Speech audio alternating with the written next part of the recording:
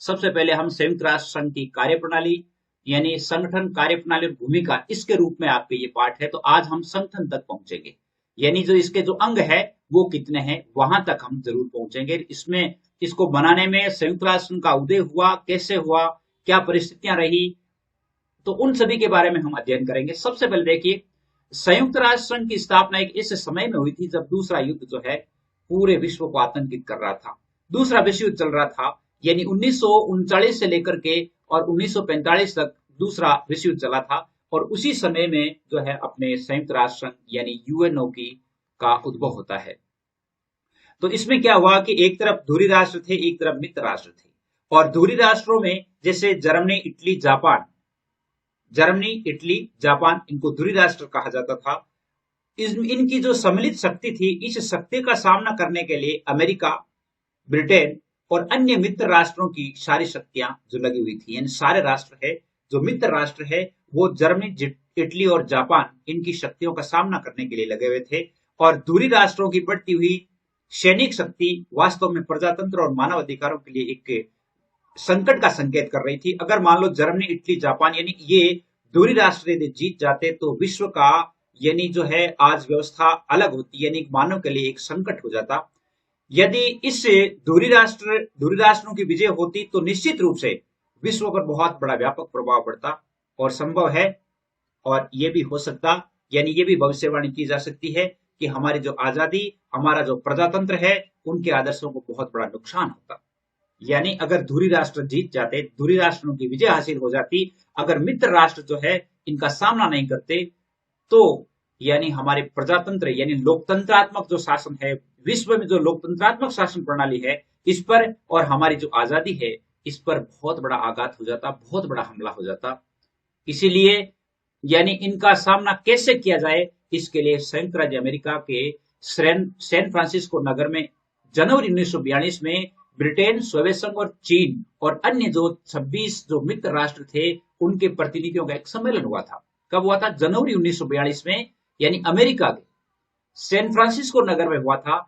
इसमें 26 राष्ट्रों ने भाग लिया था, जिनमें अगुवाई कर रहे थे जैसे अमेरिका, ब्रिटेन, सोवियत संघ, चीन। ये चार जो राष्ट्र थे यानी ये महाशक्तियों के करीबी थे। तो इन राष्ट्रों ने अन्य राष्ट्रों को भी नियुक्त करके, आमंत्रित करके और 26 राष्ट्र मिलकर के 26 राष्ट्रों के प्रतिनिधि जो है वो वहां पर एक सम्मेलन किया। और सम्मेलन करके उन सभी ने एक ही बात रखी कि ये जो धुरी राष्ट्र है यानी इटली, जर्मनी, जापान, इनका सामना कैसे किया जाए। इनका सामना करने के लिए एक इस प्रकार के राष्ट्र संघ का यानी इस प्रकार का एक संघ बनाया जाए जो इनका सामना कर सके। पूरे जो अन्य जो राष्ट्र है, जैसे जिन राष्ट्रों पर ये अधिकार करना चाह रहे हैं, उन राष्ट्रों की, उस देश की सहायता की जा सके। तो सभी राष्ट्र एकजुट होकर के एक इस प्रकार का संघ बनाया जाए, जिसका नाम उन्होंने क्या नाम दिया था? संयुक्त राष्ट्र संघ यानी यूनाइटेड नेशंस नाम दिया गया। और ये यूनाइटेड नेशंस नाम है वो अमेरिका के राष्ट्रपति फ्रैंकलिन डी रूजवेल्ट द्वारा दिया गया था। संयुक्त राष्ट्र संघ को संयुक्त राष्ट्र संघ जो नाम है, यूएनओ जो है, जो यूनाइटेड नेशंस जो नाम है वो किसने दिया गया था? यानी तत्कालीन जो राष्ट्रपति थे अमेरिका के रूजवेल्ट, फ्रैंकलिन रूजवेल्ट, उनके द्वारा दिया गया था। अब आगे क्या हुआ कि 1 जून 1945 को सैन फ्रांसिस्को में संयुक्त राष्ट्र जितने भी थे उन सभी राष्ट्रों का सम्मेलन हुआ और इसमें लगभग 50 देशों ने भाग लिया था। पहले यानी जनवरी 1942 में हुआ। जनवरी 1942 में यूनाइटेड नेशंस जो है उनका यानी अस्तित्व में आया, यूनाइटेड नेशंस बनाया गया। अब यूनाइटेड नेशंस के जितने भी सदस्य थे उनका और अन्य सदस्य भी जो भाग लेना चाहते थे, कुल मिलाकर के 1 जून 1945 को जो सैन फ्रांसिस्को में दूसरी बार जो सम्मेलन हुआ था, उस सम्मेलन में 50 राष्ट्रों ने भाग लिया था, 50 सदस्यों ने भाग लिया था।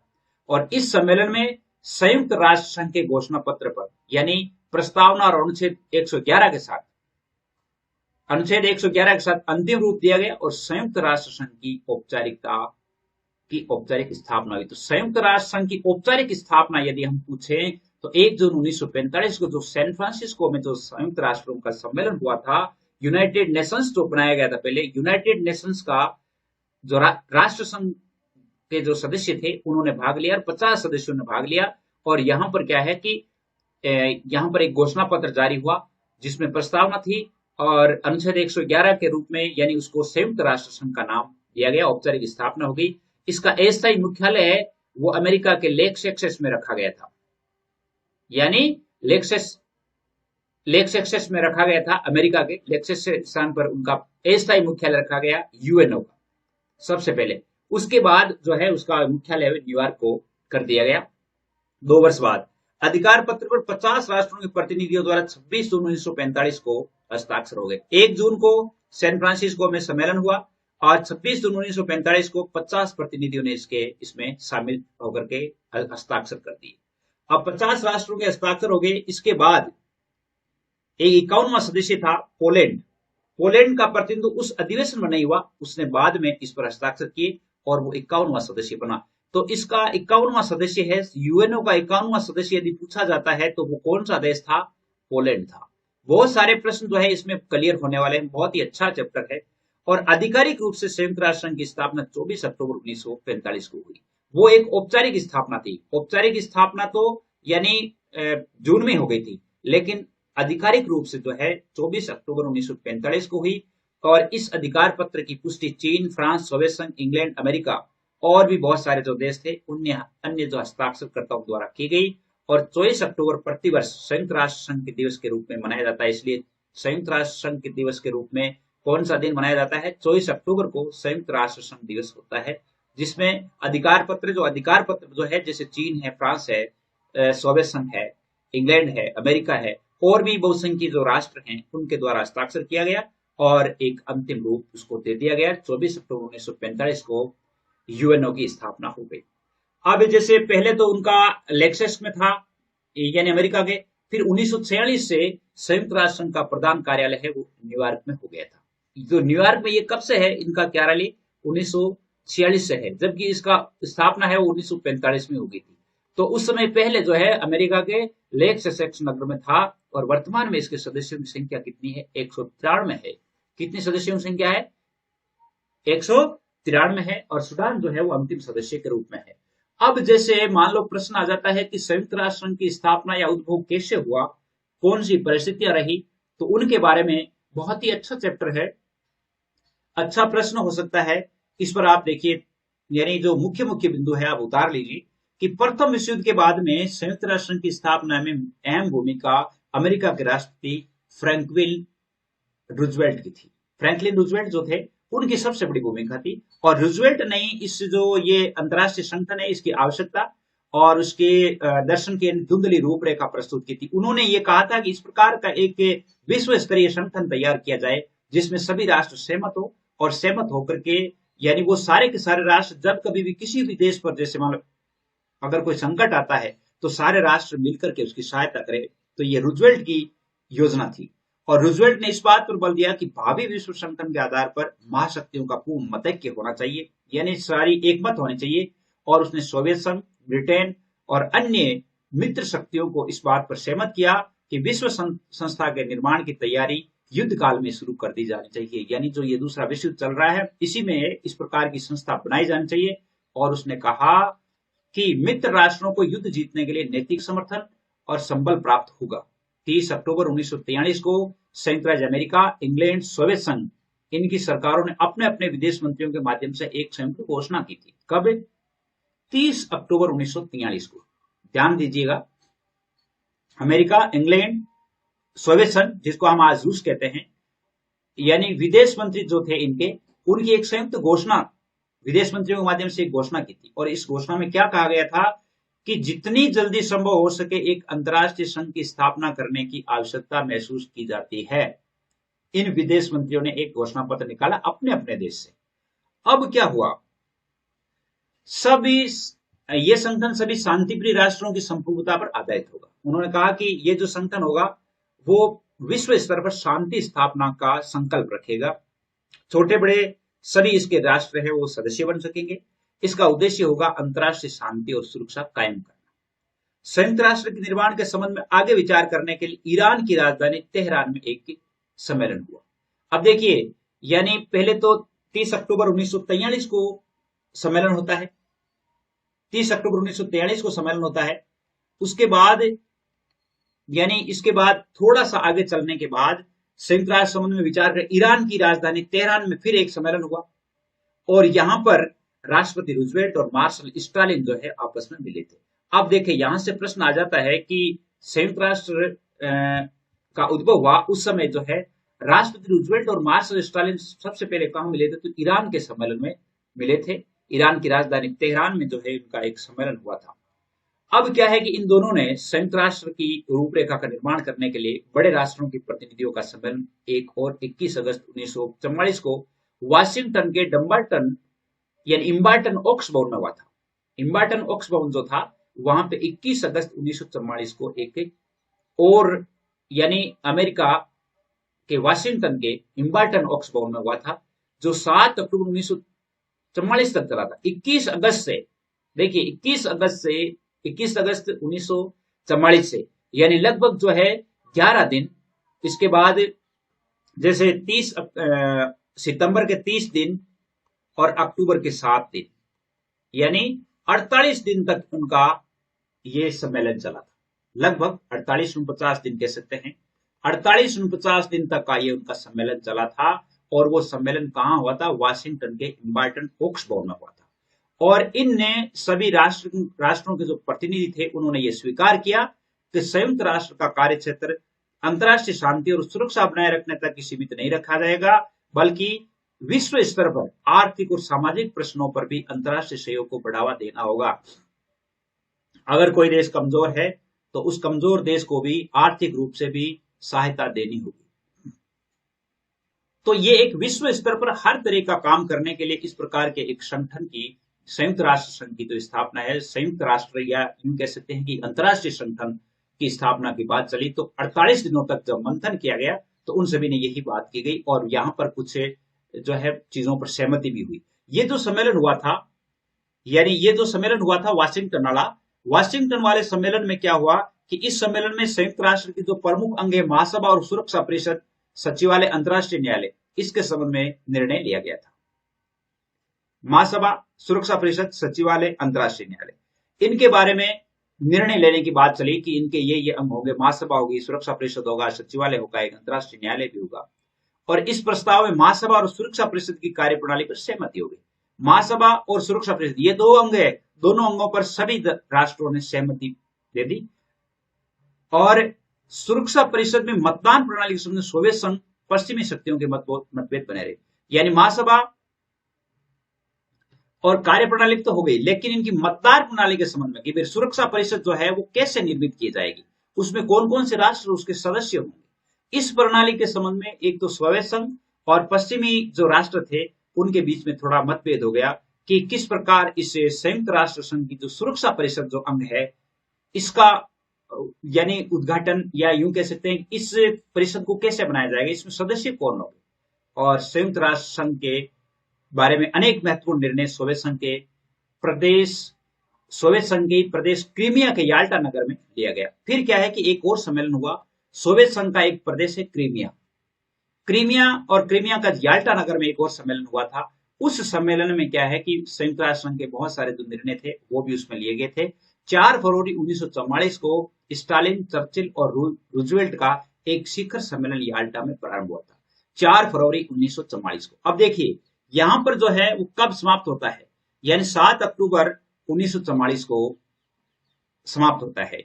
7 अक्टूबर 1944 तक ये चलता है, लेकिन इसी बीच क्या है देखिए फरवरी 1944 में जो है एक और शिखर सम्मेलन होता है और इसमें भी एक बहुत सारे निर्णय भी लिए गए थे।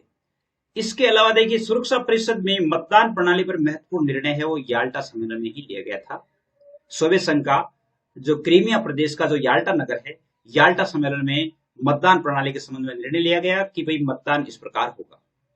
फिर अमेरिका ने 5 मार्च 1945 को सोवियत संघ, ब्रिटेन और चीन गणतंत्र की ओर से याल्टा सम्मेलन के निर्णय के अनुसार 51 राष्ट्रों को आमंत्रित किया। अमेरिका ने 5 मार्च 1945 को, कब?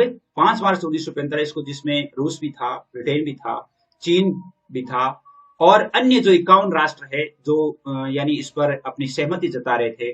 जैसे उससे पहले 50 राष्ट्रों की सिग्नेचर हो चुके थे, तो 51 अन्य राष्ट्रों को भी जो है उसमें आमंत्रित किया गया।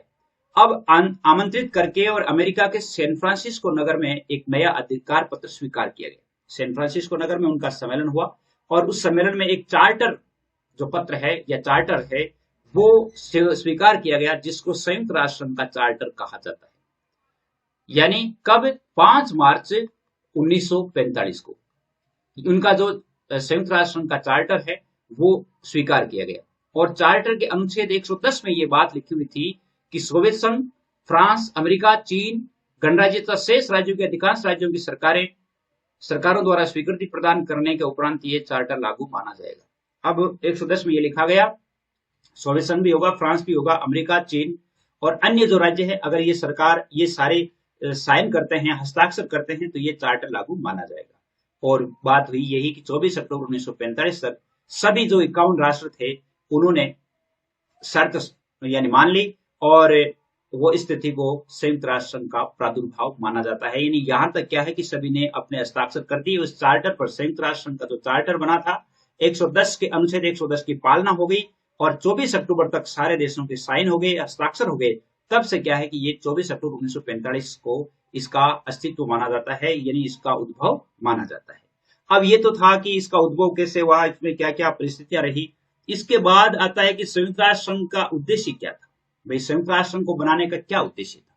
इसके प्रमुख उद्देश्य एक तो था कि सामूहिक व्यवस्था द्वारा अंतर्राष्ट्रीय शांति और सुरक्षा कायम करना। अंतर्राष्ट्रीय स्तर पर सामूहिक व्यवस्था द्वारा, यानी एक देश नहीं, सारे देश मिलकर के और अंतर्राष्ट्रीय शांति कायम करें और आक्रामक प्रवृत्तियों को नियंत्रित करना। जैसे जो दूरी राष्ट्र है या अन्य कोई महाशक्तियां हैं, वो विश्व स्तर पर यदि किसी प्रकार का आतंक फैलाना चाहती है या विश्व स्तर पर किसी प्रकार की कोई घिनौनी हरकत करती है, तो उसे दबाने का काम कौन करेगा? संयुक्त राष्ट्र संघ के जो सदस्य हैं वो करें।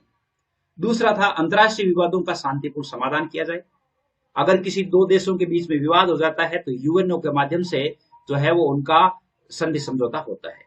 राष्ट्रों के आत्मनिर्णय और उपनिवेशवाद विघटन की प्रक्रिया को गति देना, यानी उपनिवेशवादी जो गतिविधियां हैं उनको प्रक्रिया को गति देना। यानी कई देश है वो दूसरे देशों को उपनिवेश बने हुए हैं, जैसे अपना भारत भी जो है वो उस समय इंग्लैंड का अधीन था। तो यानी इस प्रक्रिया का विघटन किया जाए, उनको स्वतंत्र करवाया जाए। इसमें भी सभी ने जो है एक अच्छा निर्णय लिया। चौथा उनका उद्देश्य था कि सामाजिक, आर्थिक, सांस्कृतिक और मानवीय क्षेत्रों में अंतर्राष्ट्रीय सहयोग को प्रोत्साहित करना और पुष्ट करना। इसके अलावा निशस्त्रीकरण और नई अंतर्राष्ट्रीय आर्थिक व्यवस्था की स्थापना करना, ये इनके उद्देश्य रहे थे। यानी एक शॉर्ट एंड बहुत ही स्वीट थे जिसमें सारी व्यवस्थाएं आ जाती है। अब जैसे आ जाता है प्रश्न की संयुक्त राष्ट्र के सिद्धांत क्या है, और सिद्धांत है वो संयुक्त राष्ट्र की धारा 2 में लिखा है। संयुक्त राष्ट्र के जो चार्टर है, चार्टर की धारा 2 है, यानी यूं कह सकते हैं उसका अनुच्छेद 2 है। अनुच्छेद 2 में संयुक्त राष्ट्र के सिद्धांत लिखे हुए हैं। सबसे पहले सिद्धांत है समानता और सर्वोच्चता का सिद्धांत। पूरे विश्व के देशों को समानता पर लाना, ये पहला उनका सिद्धांत है। दूसरा है सदस्य राष्ट्रों द्वारा चार्टर द्वारा प्रदत्त उत्तरदायित्वों का पालन पूरी ईमानदारी से करना। अगर चार्टर द्वारा कोई भी दायित्व दिया जाता है किसी भी देश को, तो पूरी ईमानदारी से उसकी पालना करनी है। तीसरा उनका सिद्धांत है अंतर्राष्ट्रीय झगड़ों का निपटारा शांतिपूर्ण साधनों से करना है।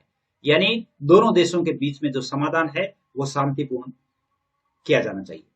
इसके अलावा चौथा उनका सिद्धांत है कि सभी राष्ट्र संयुक्त राष्ट्र संघ के उद्देश्यों के प्रतिकूल कोई काम नहीं करेंगे और वे किसी देश की स्वतंत्रता का हनन करने की या आक्रमण करने की न तो धमकी देंगे और न ही ऐसा काम करेंगे। यानी जितने भी राष्ट्र है वो सारे राष्ट्र है वो मिलजुल करके काम करेंगे। किसी भी देश के कोई प्रतिकूल कोई निर्णय नहीं लिया जाएगा, किसी देश की स्वतंत्रता का हनन नहीं किया जाएगा और किसी देश पर कोई आक्रमण करने की बात भी नहीं की जाएगी। और ऐसा नहीं है कि कोई एक देश जो निर्बल देश है उस देश को धमकी दे दी जाए, ऐसा भी कुछ भी नहीं होना चाहिए। कोई भी देश चार्टर के प्रतिकूल काम करने वाले देश की सहायता नहीं करेगा। चार्टर के प्रतिकूल यदि कोई काम करता है, उनके नियमों की पालना नहीं करता है, तो उस देश की सहायता नहीं करती है। इसके अलावा संयुक्त राष्ट्र संघ इसका सदस्य न बनने वाले राज्यों से भी अंतर्राष्ट्रीय शांति और सुरक्षा बनाए रखने वाले सिद्धांत का पालन करवाएगा। ये बहुत इंपॉर्टेंट है। यूएनओ में ये बात भी है कि अगर कोई देश इसका सदस्य राष्ट्र नहीं है, कोई राष्ट्र सदस्य नहीं है और वो मनमानी करता है, तो उसे दबाने का काम भी, यानी उसे जो है सही लाइन पर लाने का काम भी यूएनओ करेगा। संयुक्त राष्ट्र संघ किसी देश की घरेलू मामलों में हस्तक्षेप नहीं करेगा। यदि उस देश का शासन कैसे चलता है, यानी उसकी संप्रभुता पर किसी प्रकार का कोई हस्तक्षेप या दखल अंदाजी नहीं की जाएगी। अब ये तो हो गया। अब हम देखते हैं कि संयुक्त राष्ट्र संघ का जो बजट होता है वो क्या होता है, यानी बजट कैसे होता है, उसको पैसे वगैरह कहाँ से मिलते हैं, उनका खर्चा कैसे चलता है। संयुक्त राष्ट्र संघ का जो घोषणा पत्र है उसका अनुच्छेद 17 है। अनुच्छेद 17 में बजट की बात की गई है। अनुच्छेद 2 है उसमें सिद्धांतों की बात की गई है, और अनुच्छेद 17 जो है उसमें बजट की बात की गई है। और इसमें यह लिखा गया है कि उसे अनुमोदित करने का जो काम है वो महासभा का है। महासभा के जो सदस्य हैं, सदस्य राष्ट्र हैं, वो यानी बजट से संबंधित जो है जिम्मेदारी संभाल रखी है। क्या बजट रहेगा, कैसा रहेगा, उन सभी की जिम्मेदारी उनकी है। इस अनुच्छेद के अनुसार संयुक्त राष्ट्र संघ के खर्च का वहन सदस्य देशों द्वारा किया जाएगा। जैसे 193 सदस्य है, 193 सदस्यों के सदस्य राष्ट्र है, वो यूएनओ का जितना भी खर्चा है वो वहन करते हैं। राशि का निर्धारण भी महासभा करती है।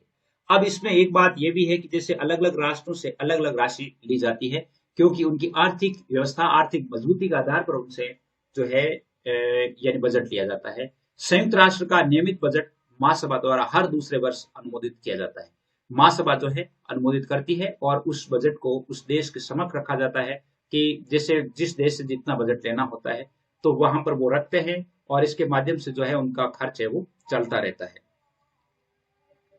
बजट महासचिव द्वारा पेश किया जाता है और उसकी एक 16 सदस्यीय विशेषज्ञ कमेटी होती है, समिति होती है, जिसका नाम होता है the advisory committee on administrative and budgetary questions. इसके द्वारा समीक्षा की जाती है। यानी जैसे मान लो महासचिव या जैसे महासभा है वो अपना अनुमोदन करवाती है बजट का, उस बजट के लिए एक कमेटी बनाई जाती है जिसमें 16 सदस्य होते हैं, और 16 सदस्यों में जैसे जितने भी जो राष्ट्र है उन राष्ट्रों के करीब करीब व्यक्ति भी होते हैं। तो वो क्या है कि उस यानी समिति के माध्यम से जांच की जाती है, और बजट के कार्यक्रम संबंधी पहलुओं की एक 34 सदस्यीय कार्यक्रम और समन्वय समिति द्वारा भी समीक्षा की जाती है, जिसमें और अन्य जो है 34 सदस्यों की एक और कमेटी होती है, वो भी उनके कार्यक्रम क्या है, कार्यक्रम कैसा रहेगा, उसमें कितना खर्च आएगा, और उस खर्च में यदि क्या कोई कम तो नहीं है, इसके संबंध में भी वहां पर चर्चाएं की जाती है। महासभा की एक सहायक संस्था है द कमेटी ऑन कंट्रीब्यूशन, को विभिन्न देशों द्वारा दी जाने वाली राशि के निर्धारण की जिम्मेदारी सौंपी गई। अब जैसे विभिन्न देशों के द्वारा जो भी राशि दी जाती है उसका निर्धारण करना यानी उसका रिकॉर्ड रखना, वो काम कौन सी कमेटी का है, द कमेटी ऑन कंट्रीब्यूशन, जो एक महासभा की सहायक संस्था है, वो उनका रिकॉर्ड रखती है। तो ये उनका बजट हुआ। बजट के अलावा जो है उनकी सदस्यता की बात क्या है, जैसे मान लो अगर कोई सदस्य राष्ट्र बनना चाहता है, छोड़ना चाहता है, तो उसके संबंध में क्या है, और वो भी चार्टर में 2 प्रकार की सदस्यता है उल्लेख किया गया है। कुछ देश तो प्रारंभिक सदस्य जिन्होंने 1 जनवरी 1942 को संयुक्त राष्ट्र के घोषणा पत्र पर हस्ताक्षर किए और सैन फ्रांसिस्को में चार्टर पर हस्ताक्षर करके उसकी पुष्टि की थी, यानी 1942 से ही वो उसके सदस्य हैं, और कुछ सदस्य हैं वो बाद में आए हैं। तो इसमें संयुक्त राष्ट्र की सदस्यता उन सभी राष्ट्रों को भी उपलब्ध हो सकती है जो शांतिप्रिय हो, चार्टर में विश्वास रखते हो, जो चार्टर द्वारा निर्धारित जो कर्तव्य दिए गए उनको स्वीकार करते हो, जिनको ये संस्था इन कर्तव्यों का पालन करने के लिए उपयुक्त समझती हो, तो उस राष्ट्र को उसकी सदस्यता दी जा सकती है। उसकी सदस्यता प्राप्ति कैसे होती है, देखिए संयुक्त राष्ट्र संघ की सदस्यता प्राप्ति करने के लिए क्या नियम है। सबसे पहले महासभा जो है, महासभा में 2/3 बहुमत, महासभा के जो सदस्य हैं उनमें 2/3 बहुमत से उसको पारित किया जाता है, उस प्रस्ताव को पारित किया जाता है।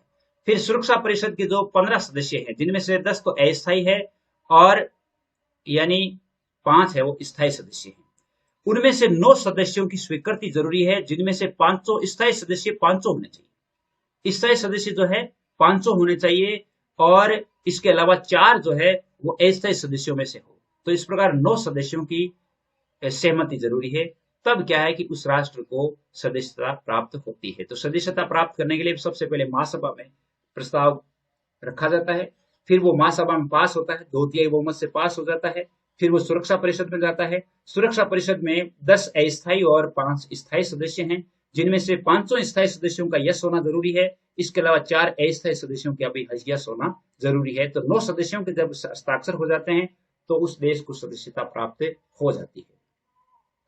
महासभा में निर्णय के पूर्व भी सुरक्षा परिषद की स्वीकृति आवश्यक है। एक ही ओर है, जैसे मान लो महासभा में कोई भी जैसे प्रस्ताव रखा जाता है, तो उस प्रस्ताव को रखने से पहले क्या है कि सुरक्षा परिषद से उसको ओके करवाना जरूरी है, यानी सुरक्षा परिषद में उसकी स्वीकृति लेनी जाती है। स्वीकृति लेकर के ही उससे यानी प्रस्ताव को है महासभा में रखा जाता है, फिर उस पर चर्चा होती है।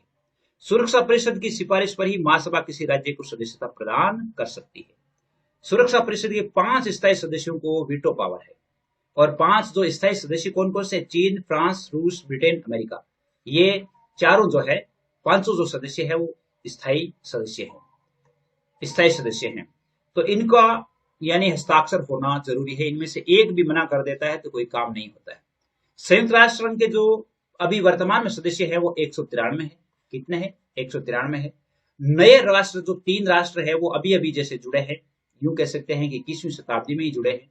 तो एक तो है तिमोर लेस्टे जो कि 191वां सदस्य बना था, 29 सितंबर 2002 से है। बाल्कन राष्ट्र यानी मोंटेनेग्रो जो कि 192 नंबर का सदस्य है वो 28 जून 2006 से है। दक्षिण सूडान जो 193 नंबर का सदस्य है वो 14 जुलाई 2011 से है।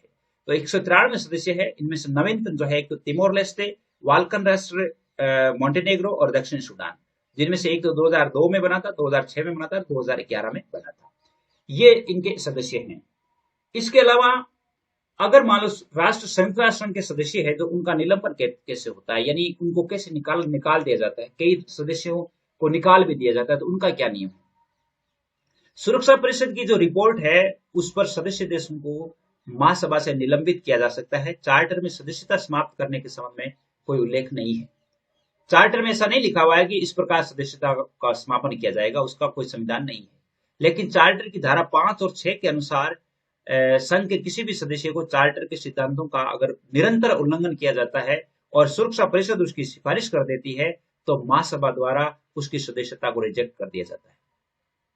अनुच्छेद 5 और 6 में अगर मान लो लगातार वो कोई नियमों का उल्लंघन कर रहा है और सुरक्षा परिषद जो है इसको घोषित कर देती है कि ये देश जो है वो संयुक्त राष्ट्र संघ के जितने उद्देश्य हैं, जो सिद्धांत है, उनकी पालना नहीं कर रहा है, इसलिए इसकी सदस्यता को इससे वंचित किया जाए, तो वो महासभा में चला जाता है और महासभा जो है उसकी सदस्यता के रिजेक्शन का ऑर्डर निकाल देती है और उसकी सुविधाओं पर बंधन लगा दिया जाता है।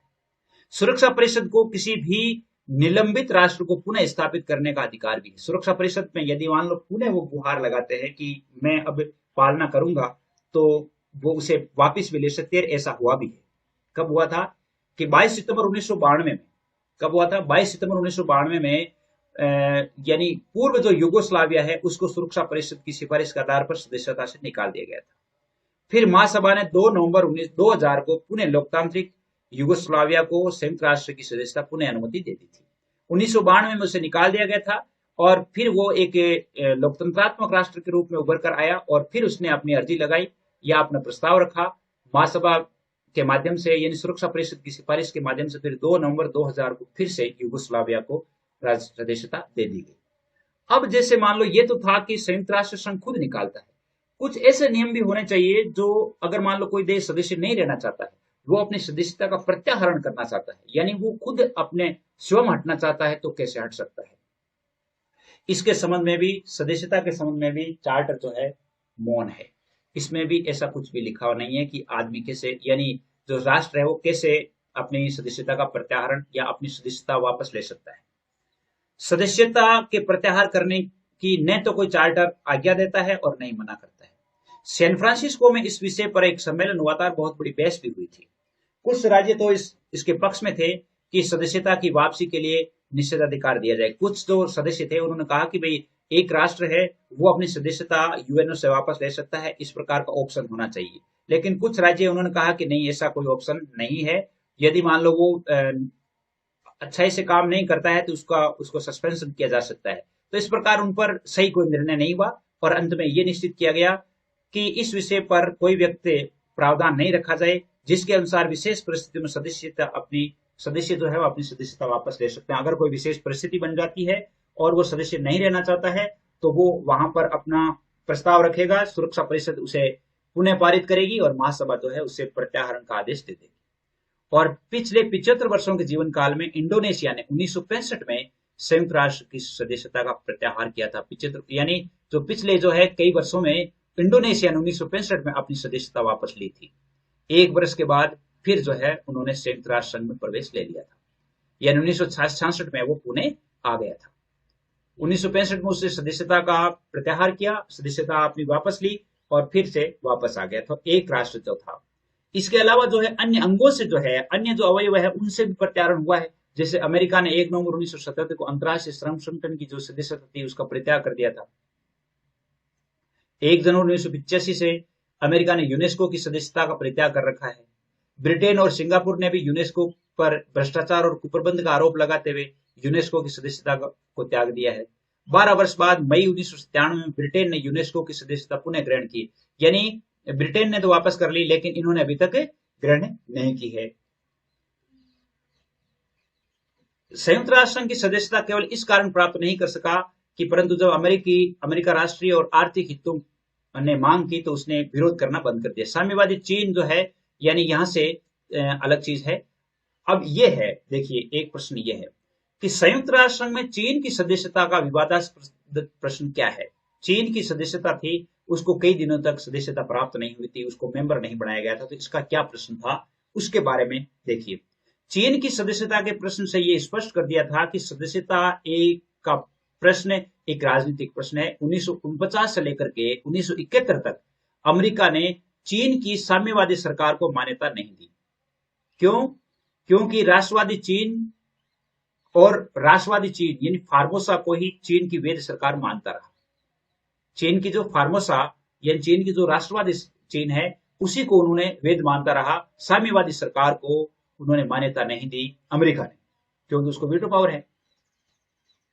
क्यों? क्योंकि अमेरिका उसका विरोधी था। जब कभी चीन की सदस्यता का प्रश्न सुरक्षा परिषद में उठता तो अमेरिका वीटो का प्रयोग करता और फिर वो प्रस्ताव वहीं का वहीं खारिज हो जाता।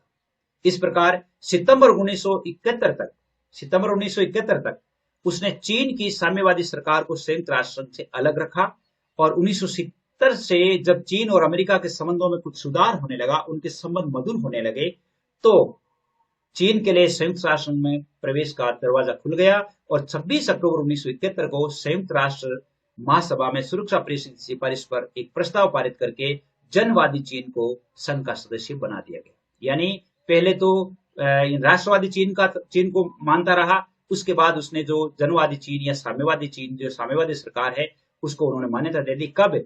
26 अक्टूबर 1971 से।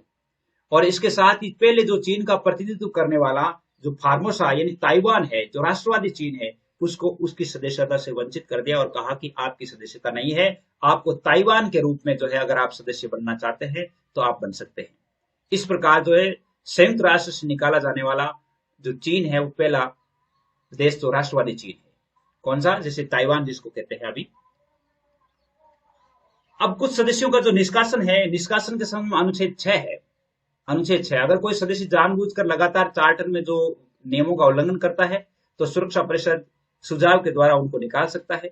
सदस्यों का निष्कासन एक बहुत ही महत्वपूर्ण प्रश्न है और इसके लिए सुरक्षा परिषद के 9 सदस्यों की सकारात्मक सहमति होनी चाहिए, 500 सदस्य शामिल होना चाहिए और उसके साथ ही महासभा में 2/3 सदस्यों का बहुमत भी होना चाहिए। बात वही है, जिस प्रकार सदस्य को लिया जाता है, लेते समय भी महासभा में 2/3 बहुमत प्लस सुरक्षा परिषद के 500 स्थायी सदस्य प्लस 4 अस्थायी सदस्य, उनकी सिफारिश होनी चाहिए। इसी प्रकार जब उनका निष्कासन किया जाता है, उनको हटाया जाता है, तो हटाने के संबंध में भी इसी प्रकार का प्रस्ताव पारित किया जाना चाहिए।